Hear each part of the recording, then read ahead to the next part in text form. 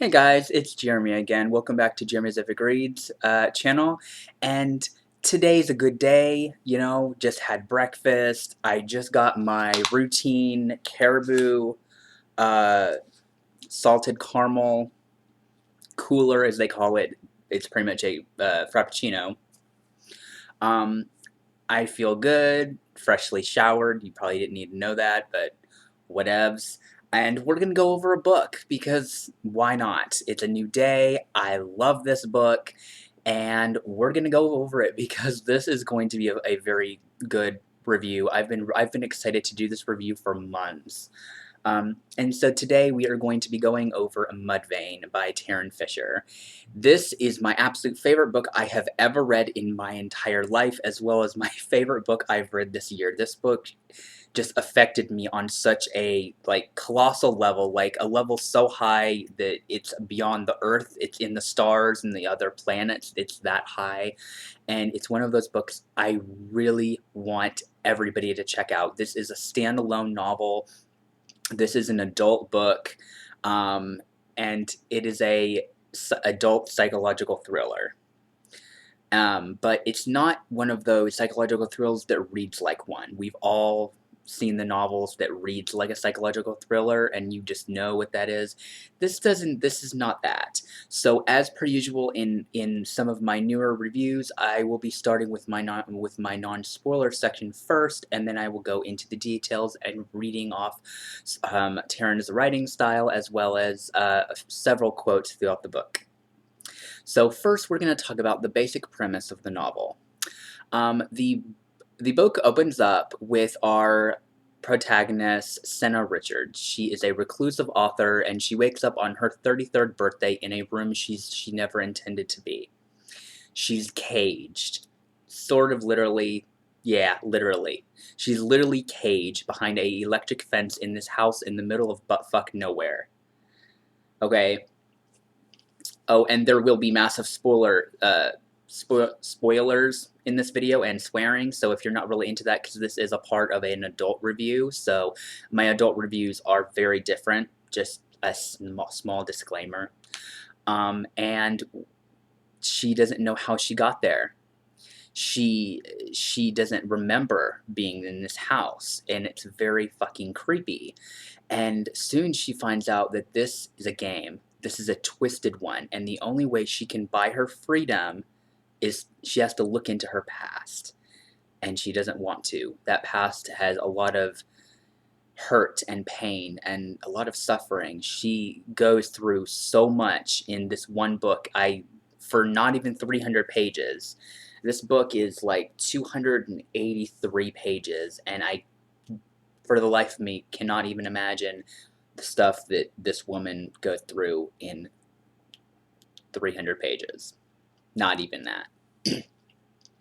But soon she realizes that she's not alone in this house. Somebody that she knew from her past, named Isaac, is also in this house with her. She was not, when she woke up, her hands were not bound. His was. That's important. That's very important. And it goes to reference something later in the novel where Isaac says, "You weren't bound because you were not supposed to be bound. That way you could come and free me." That was twistedy. This is a twisted mindfuck. This is, to put it lightly, the last thing I'm going to kind of end this non-spoiler section on a pretty interesting note. That this novel has a very big overall theme of fate. That they were meant to be kidnapped. They were meant to be kidnapped. They were meant to be put in that house. Senna was meant for things to happen. I don't want to spoil it for you guys, but I'll wait to the non-spoiler section to go into details with that one. But she was meant to find him. She was meant to meet Isaac. She was meant to experience everything she was meant to experience, and she was I am a firm believer in fate. I do believe that we are meant to do some things, and we are, you know, we are meant to experience certain things because it's how it's supposed to be. It's how it's meant to be, whether you believe in that kind of element of fate or not. I'm a very big believer in fate, and I always have been. And I'll tell you guys in the spoiler section a little bit personal about my life that kind of goes with it, and it's really how I really resonated with Senna a lot. But if I had to say anything to end the non-spoiler section with, it would be,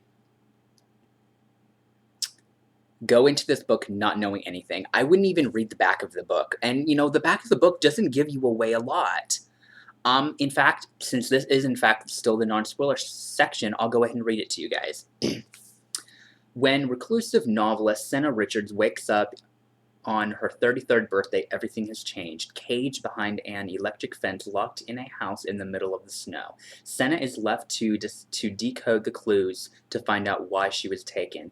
If she wants her freedom, she has to take a look at her past.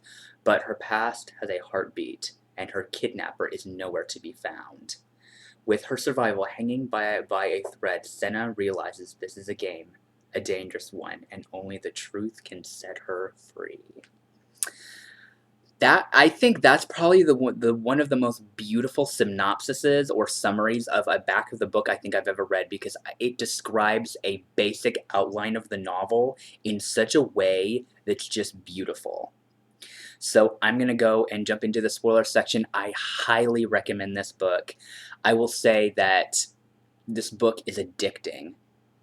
This book is addicting, and you need to read this book. You have to read this book. Please, I'm begging you.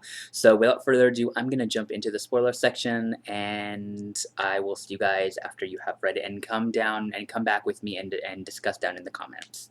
Bye. Okay, so I have to read a few things verbatim from this book because I want you guys to kind of get a taste of her writing style, because, oh my god, Tarryn Fisher's writing in this novel is fucking amazing. My Kindle is having issues. Okay.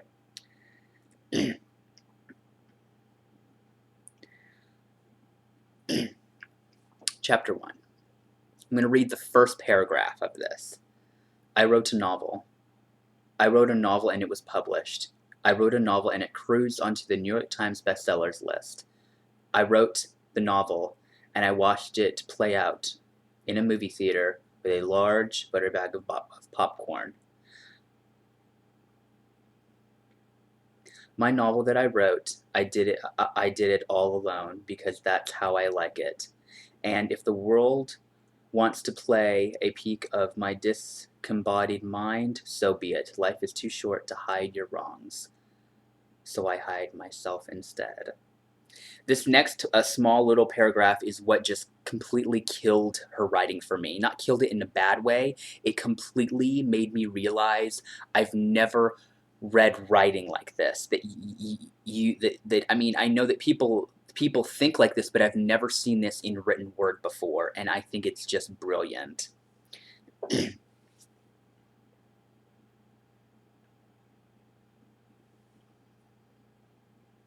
It's my 33rd birthday. I wake up in a cold sweat. I am hot. No, I am cold. I am freezing.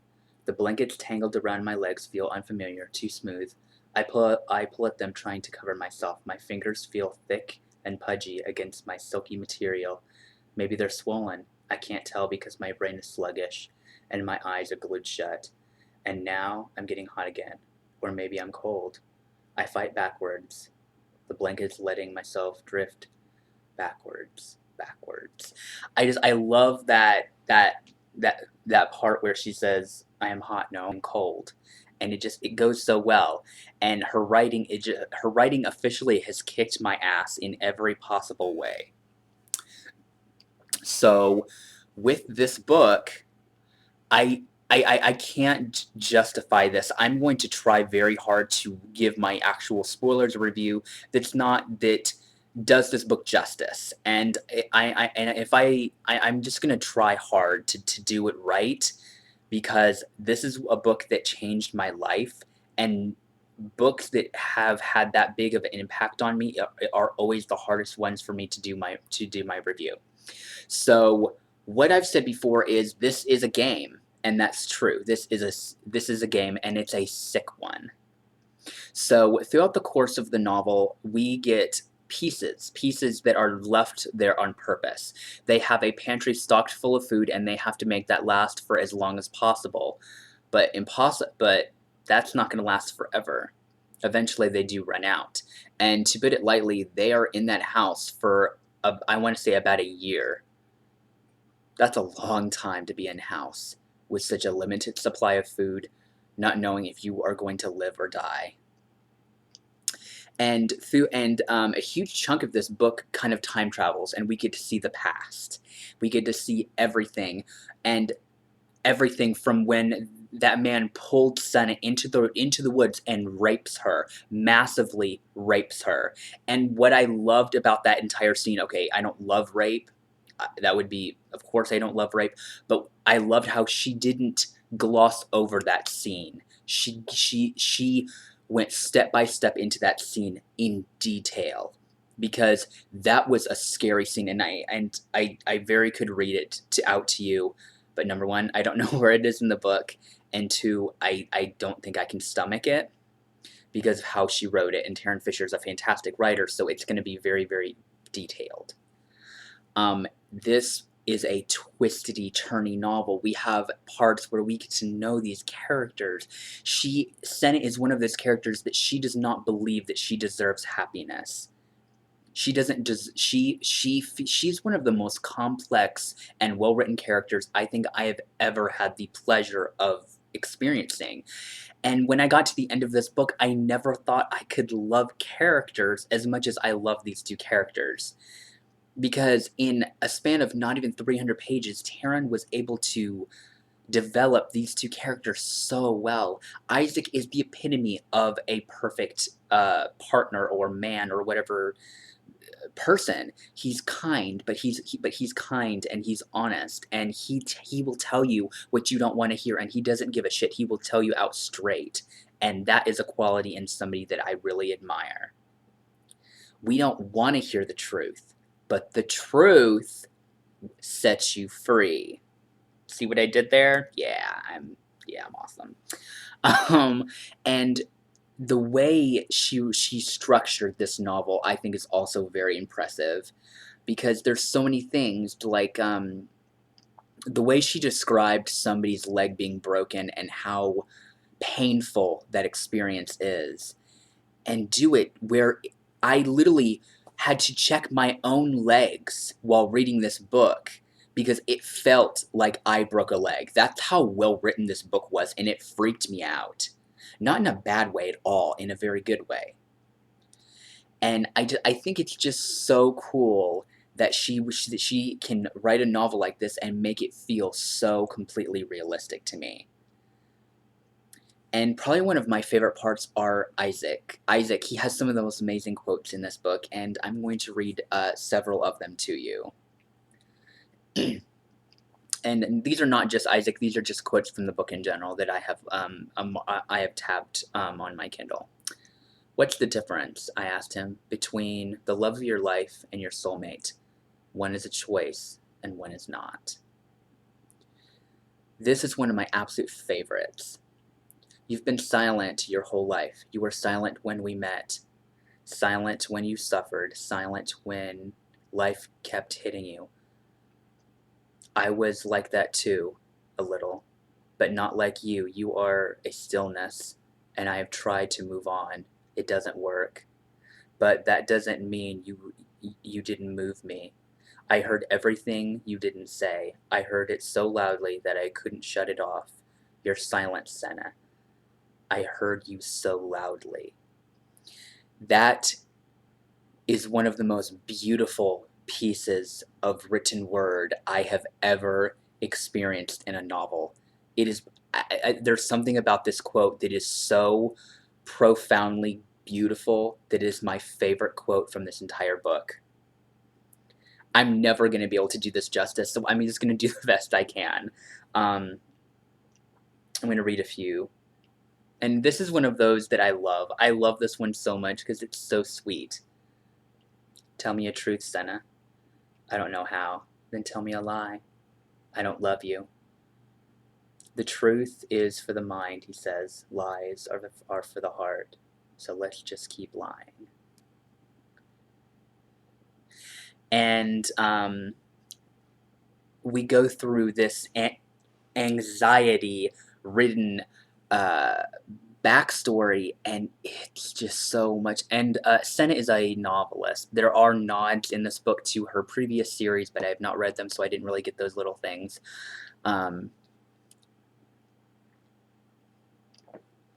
But I really appreciated the care that Tarryn went through writing this story, and the psychological aspect that we see, because for so long I actually thought that Senna was the villain. I thought she was the one who kidnapped Isaac and put them in there, and she was lying the whole time, because she is a very interesting and very complex character. I've never read such a complex character in my whole life in everything I've ever read. And by the end of this book, you just see her in such a brilliant light, because after she was pulled out of after she survives that horrible incident in the woods when when she's raped, she runs out of there and she runs into Isaac's arms. And he takes her to the hospital, and he checks on her every day when she gets out. He's there for her when she goes to the hospital because they tell her that she has cancer. And everything about them, this is not a romance. It's not, but it's still about love. And that alone just kills me, because Isaac has a wife. He has, a baby that is still growing, and he missed out on the birth of that. He missed out on that whole thing of not being able to be there for that person. But he has to take care of Senna. And through the course, we see so many sweet things. He's always there for her. Even when she is literally losing her mind because she just doesn't understand. She had everything a person could ever want in life. She has a stable job. She has more money than she knows what to do with. Oh, that's my mailbox. Don't be afraid or anything. But, don't be afraid of those things. Just enjoy what life has to offer you. And she couldn't really do that. Not on some level. I think she was very, very tough-minded, and she's a very strong character, very strong, independent female character. And I think at the end of the story, we find that she can let go. She can be a loved person. And it's not always an easy thing to do that. And I'm going to end this review by reading the last letter that is given at the end of this book, because this is the most beautiful piece, and if I tear up a few times, I'm sorry, but this just gets me. Even though this is the spoiler section, I'm trying not to give anything away, because I don't want to spoil it. I don't want to spoil this book, but I will say a few things, and I do want to tell a little bit of a story before I read this letter. In the aspects of this novel being a big theme of fate, for so long, I lost my mother when I was 12 years old. She died when I was 12. So the month of May is always a very hard month for me year after year. And after all these years, I'm a very firm believer that she was meant to die at that time in my life. A lot of people over the years says, no, that's not true, but I actually believe it.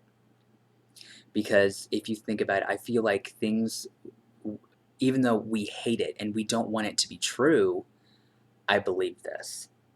Because think about all those experiences I probably never could have had if she hadn't passed away. Would I be the person that I am right now, sitting in front of this camera, if that never would have happened? That made me stronger. And I do miss my mother more than any person I've ever lost. It's a huge thing. And so I do believe in that element of fate. I do believe that we are meant to meet people at certain times. We are meant to have certain experiences, even though some things are just meant to happen that way. And that's what I believe to be true. So I'm gonna read you the letter, and we're just gonna cry together, right? And it's a little bit long, so I will try to do my best.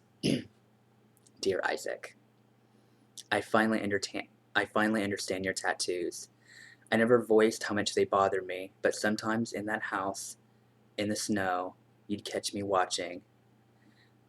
I'd see the hidden smile on your face. You knew I was trying to work it out, but when you ask about it, you told me that we were all bound by something because we needed something to hold us together. What you wrap around your soul determines your outcome. That's what you said to me, but I didn't get it. I thought it was crazy until the day you held my hand, clamped over a knife, and pointed it at your body, both of us cutting into your skin. You bore my burdens that hour. Does that make sense?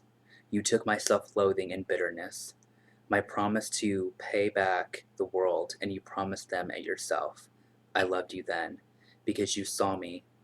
It's the very instant that woke me from a binding and knew I was standing face to face with my soulmate. A concept I didn't believe in until your soul healed mine. The darkness that formerly commanded me yielded to your light. That's how I understand your tattoos. The ropes that bound me were no longer self-loathing and bitterness. You suddenly became you, but in a good way. I needed those ropes to hold me together. I didn't want to hurt myself anymore because it hurt you. Oh God, I'm rambling. I just needed to know. Every minute you spent getting to know me, I got to know me. Forgive me for not recognizing our soul likeness sooner, while we still had time. The nature of love is that it conquers hate, even bitterness, mostly. It conquers self-loathing. I was sitting in a white room hating myself until you breathed life back into me. You loved me so much that I started to love myself. Who would have thought the day I was running out of those woods, I was running straight into the arms of my Savior, right out of an ugly life that had conquered me. I did not choose you, and you did not choose me. Something else chose for us. Hint, hint.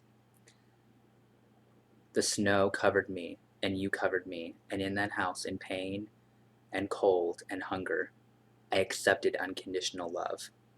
You are my truth, Isaac, and you set me free. We're all going to die, but I'm going to die first. In the very last second of my life, I will think of you, Senna. That letter rips at my soul every fucking time I hear it. And I will go ahead and say that we do find out how they got there. And the person that's behind this, I never realized it was the fucking dragon lady. Earlier in the book, when it goes to the past, Isaac convinces Senna to see a therapist, and I believe her name is I forgot her name. Oh my god, I'm horrible. I'm sorry, I forgot her name, but she goes by like Dragon Lady in like Senna's mind, and so that's who it is. And in a way, it makes sense to why she did what she did. It makes sense why she kidnapped them, because in one of the last meetings that they had, the Dragon Lady asked Senna, "Do you want the truth?" And she said, "Yes, I do." Soon after that, she was in that house shortly afterwards, and I'm so mad at myself that I never connected the pieces sooner when I was reading it, because it was right there, and I didn't even think about it until that part was revealed, and oh god, it was one thing right after another with these guys, and this book just shaped so much. I would recommend you read this over The Fault in Our Stars, over Outlander, over Gabriel's Inferno, over everything I have ever recommended. This is a brilliant piece of literature. This is a self-published novel, and it kills me that it's still self-published because it deserves everything. I I would love this to be a movie, but I think they could do a really good job. I think they could turn this into a really fantastic film, but I'm worried that it wouldn't be good enough because I'm so incredibly attached to these characters. But yeah, I never thought I could love characters as much as I love love these guys. And this will not be my last Tarryn Fisher novel. I am already going to be reading Marrow, hopefully within the next few months. So I really, really hope I did somewhat of a good job describing this book. There's so many things I didn't mention. And I didn't mention them on purpose because I want you guys, even if you have read it, to be able to just enjoy this book still without spoiling anything, because this is one of those books I forced myself to not spoil for anybody because I didn't want people to know everything. I want you to walk into this book and still walk away with those. Like I would be reading a part. I would have to put the book down and just cry because this is one of the most emotional filled, like, God, it rips your heart out to understand that this is such a beautiful story about love, and to be able to tell such a twisty filled story that's not romance but it's still about love. Like, hats off to Tarryn. Like, I like some of the things that she did I never would think of. So thumbs up, Tarryn Fisher. You did a fucking fantastic job with this book, and I cannot wait to read more of your work because you are immediately amazing. And I am gonna continuously buy the paperback of this for all my friends so they can read it, and each copy is bought is more support, so I don't really mind it. But go check this book out, go read it, tell your friends about it, and I will see you guys next time on Jeremy's Epic Reads.